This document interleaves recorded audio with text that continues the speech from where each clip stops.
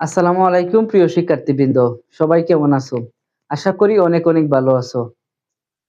সৃজনশীল শিক্ষা কুটিরের আরো একটি নতুন ক্লাসে তোমাদের সবাইকে স্বাগতম। আজকে আমরা সমাধান করব অনুশীলনী 3.5 এর 27 নম্বর অঙ্কটি।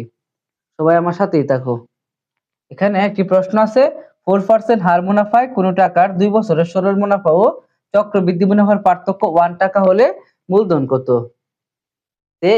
এখানে দুইটা তথ্য দেওয়া আছে। একটা আছে হচ্ছে 4% অর্থাৎ মুনাফার হার দেওয়া আছে 4%, আর কোন টাকা মানে নির্দিষ্ট এখানে উল্লেখ করা নাই।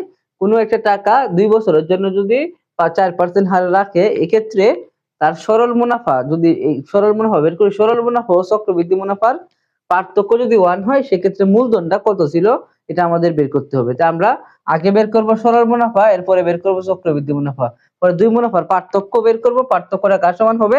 1 টাকার সমান হবে। তা আমরা শুরুতে কি কি দেওয়া আছে এই জিনিসগুলো লিখে নিই। দেওয়া আছে দেওয়া আছে দেওয়া আছে আর ইকুয়াল টু 4%।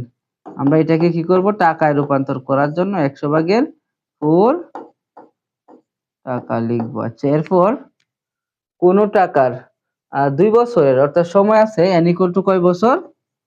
2 বছর, এই জন্য 2 বছর লিখলাম।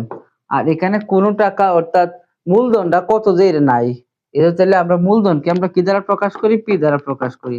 তো পি ইকুয়াল টু হোয়াট? আর এখানে কি নাই? আমাদের সরল মুনাফাও নাই। এই যে সরল মুনাফা আই ইকুয়াল টু কি? হোয়াট? এখন আমরা এই তথ্যগুলো দিয়ে আমরা সরল মুনাফা বের করব একটা, আর চক্রবৃদ্ধি মুনাফা বের করব। তা আমরা জানি সরল মুনাফা আই সমান হচ্ছে পি এন আর। পি তো পি এই, আর এন এর মান আছে কত? 2 বছর, আর আর এর মান আছে 100 ভাগের, আর এর মান আছে 100 ভাগের কত? 4। এখন আমরা যদি কাটাকাটি করি, তাহলে এখানে 4 25 কত? 100। তো উপরে থাকতেছে হচ্ছে 2p, আর নিচে থাকতেছে হচ্ছে, উপরে থাকতেছে 2rp, এই যে 2rp লিখলাম, আর নিচে থাকতেছে কত? 25। এটা হচ্ছে সরল মুনাফা। এখন আমরা চক্রবৃদ্ধি মুনাফা বের করার জন্য এর আগে চক্রবৃদ্ধি মূলধন বের করব।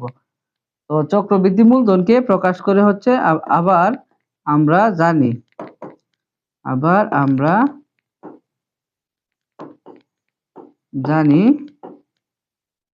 চক্রবৃদ্ধি মূলধন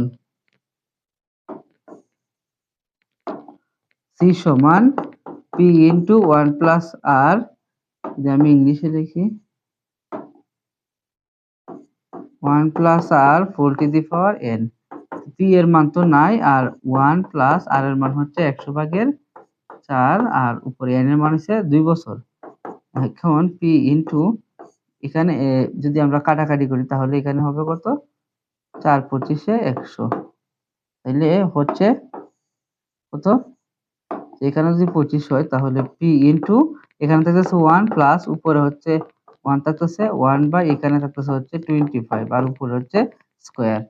বাকি অংশটা আমরা এখানে করি, বা C equal to P into, যে পি ইন্টু 25, আর নিচে 1 আছে 25, আর 1 এর লসাগু হচ্ছে 25।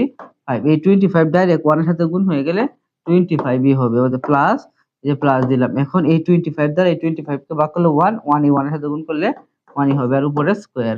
পরে পি ইন্টু এখানে 25 আর 1 যদি যোগ করি 26, নিচে হচ্ছে 25, আর উপরে স্কয়ার।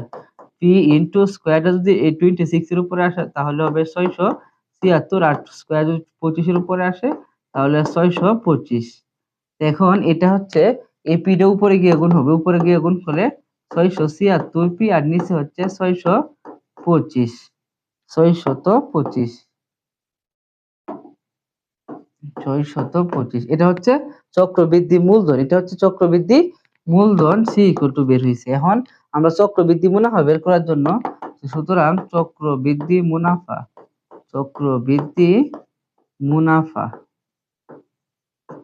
মুনাফাটা কি হবে? চক্রবৃদ্ধি মূলধন থেকে রিয়েল মূলধনটা বাদ হবে। চক্রবৃদ্ধি মূলধন হচ্ছে 676 পি বাই 625, এটা হচ্ছে চক্রবৃদ্ধি মূলধন। এটা থেকে রিয়েল মূলধন কত? রিয়েল মূলধন হচ্ছে পি, রিয়েল মূলধন হচ্ছে পি, এটা বাদ হবে। এখন 625 আর এটা নিচে 1 আছে, 625 আর 1 এর লসাগু হচ্ছে 625। 625 দ্বারা 625 কে ভাগ করলে 1, 1 এর সাথে গুণ করলে 676 পি, এরপর মাইনাস 625 আর পি ডাইরেক্ট যদি গুণ হয় তাহলে 625 পি হবে। এরপর এখন 676 পি থেকে আমরা যদি কি করি 625 পি বাদ দিই তাহলে থাকতেছে কত? এই যে 676 মাইনাস 625, তাহলে থাকতেছে হচ্ছে 51। কত থাকতেছে? 51। 676 পি থেকে 625 পি যদি বাদ যায় তাহলে থাকতেছে হচ্ছে 51 পি, আর নিচে আছে হচ্ছে 625। আমরা এখানে আরেকটা কাজ করি, দেখি আমাদের সমস্যা হয়েছে কিনা। উপরে যেখানে স্কয়ার 26 এর উপরে ছিল 26 গুণ 26, 676 ঠিকই ছিল। তাহলে এই পর্যন্ত আমাদের ঠিকই আছে। এরপর তাহলে এখানে বের হলো চক্রবৃদ্ধি মুনাফা, আর আমরা এখানে পেয়েছিলাম কোথায়? যে সরল মুনাফা, সরল মুনাফা ছিল এটা। এখন চক্রবৃদ্ধি মুনাফা থেকে সরল মুনাফা বাদ দিলেই পার্থক্যটা পেয়ে যাবো। তো প্রশ্ন মতে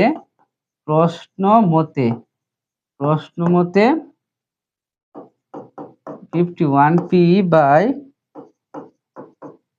625 পরে মাইনাস সরল মুনাফা আছে 2p বাই 25। এখন এই দুইটার পার্থক্য, একটা থেকে আরেকটা মাইনাস মানে পার্থক্য বেড়েছে, আর এখানে পার্থক্য আছে হচ্ছে 1, বা লসাগু করলে 625 আর 25 এর লসাগু 625, 625 দ্বারা 625 কে ভাগ করলে 1, 51 পি এর সাথে গুণ করলে 51 পি হবে, মাইনাস 25 দ্বারা 625 কে ভাগ করলে 25, আর এই 25 দুয়ে 50, আর এখানে আছে পি, আর এখানে আছে 1, বা 51 পি থেকে 50 পি গেলে একটা পি থাকবে, আর 625 এখানে ভাগাকার আছে, ওই পক্ষে কি গুণ হবে? 625 হবে। তো সুতরাং পি এর মান হচ্ছে 625, অর্থাৎ মূলধন হচ্ছে 625 টাকা। এটাই উত্তর। আশা করি সবাই এই অঙ্কটি বুঝতে পেরেছো, এই অঙ্কের সমাধানটি বুঝতে পেরেছো।